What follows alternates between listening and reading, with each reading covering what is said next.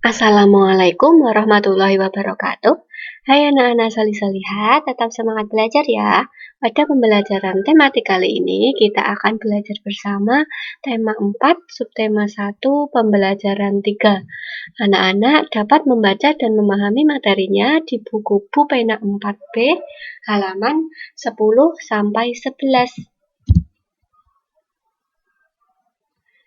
Pada pembelajaran 3, kita akan belajar bersama muatan Bahasa Indonesia KD 3.5, menyebutkan tokoh-tokoh pada cerita.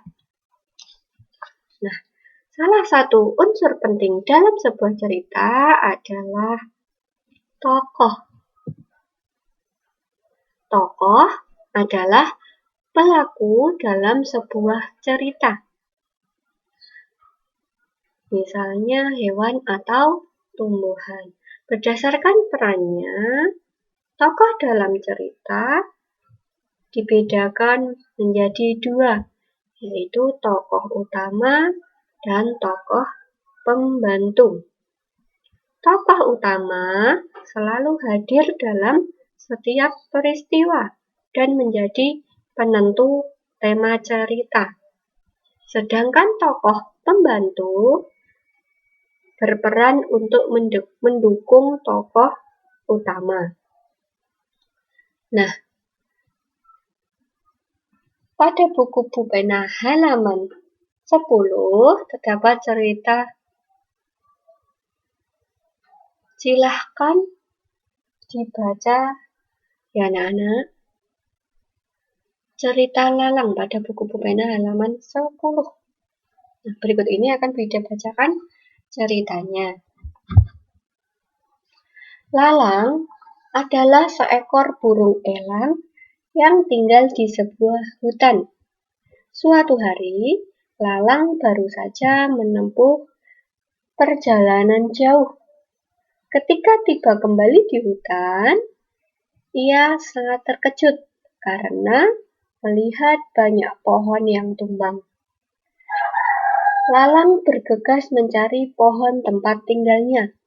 Ia pun bertanya kepada Loreng, si harimau, "Di mana pohon tempat tinggalku?" Loreng menjawab dengan sedih, "Banyak manusia datang ke hutan dan menebang pohon-pohon di hutan. Mereka menebang habis pohon-pohon yang ada di sini." Lalang sangat sedih karena kehilangan tempat tinggalnya. Nah, pada cerita tersebut, tokoh utamanya adalah si Lalang.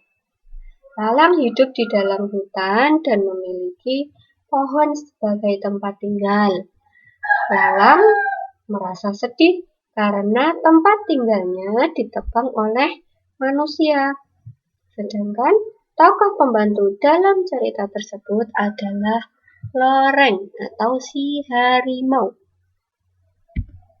Mudah ya anak-anak untuk menentukan tokoh dalam cerita. Selanjutnya, pada muatan IPA kita akan belajar bersama KD 3.8. Kegiatan menjaga keseimbangan dan kelestarian sumber daya alam. Sumber daya alam harus dijaga keseimbangan dan kelestariannya. Nah, berikut ini merupakan contoh aktivitas yang mengakibatkan pencemaran sungai serta kegiatan yang dapat dilakukan untuk melestarikan dan menjaga keseimbangan berbagai sumber daya alam. Nah, yang pertama, sungai. Penyebab pencemaran sungai antara lain pembuangan limbah ke sungai dan penggunaan racun ikan. Upaya pelestarian sumber daya alam sungai antara lain tidak membuang sampah ke sungai, tidak menggunakan bahan peledak atau racun, pembersihan dan pemeliharaan tumbuhan di sekitar sungai.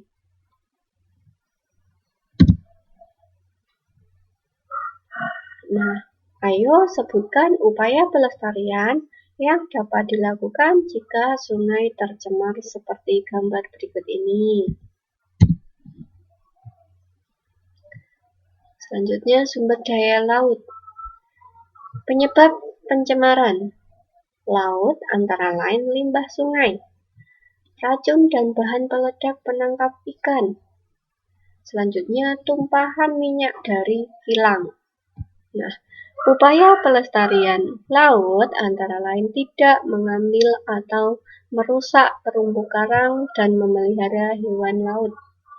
Selanjutnya, tidak menggunakan bahan peledak, racun, dan pukat harimau.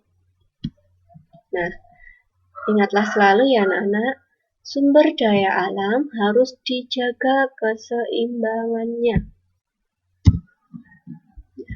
Ayo sebutkan upaya pelestarian yang dapat dilakukan jika laut ketumpahan minyak seperti pada gambar berikut ini.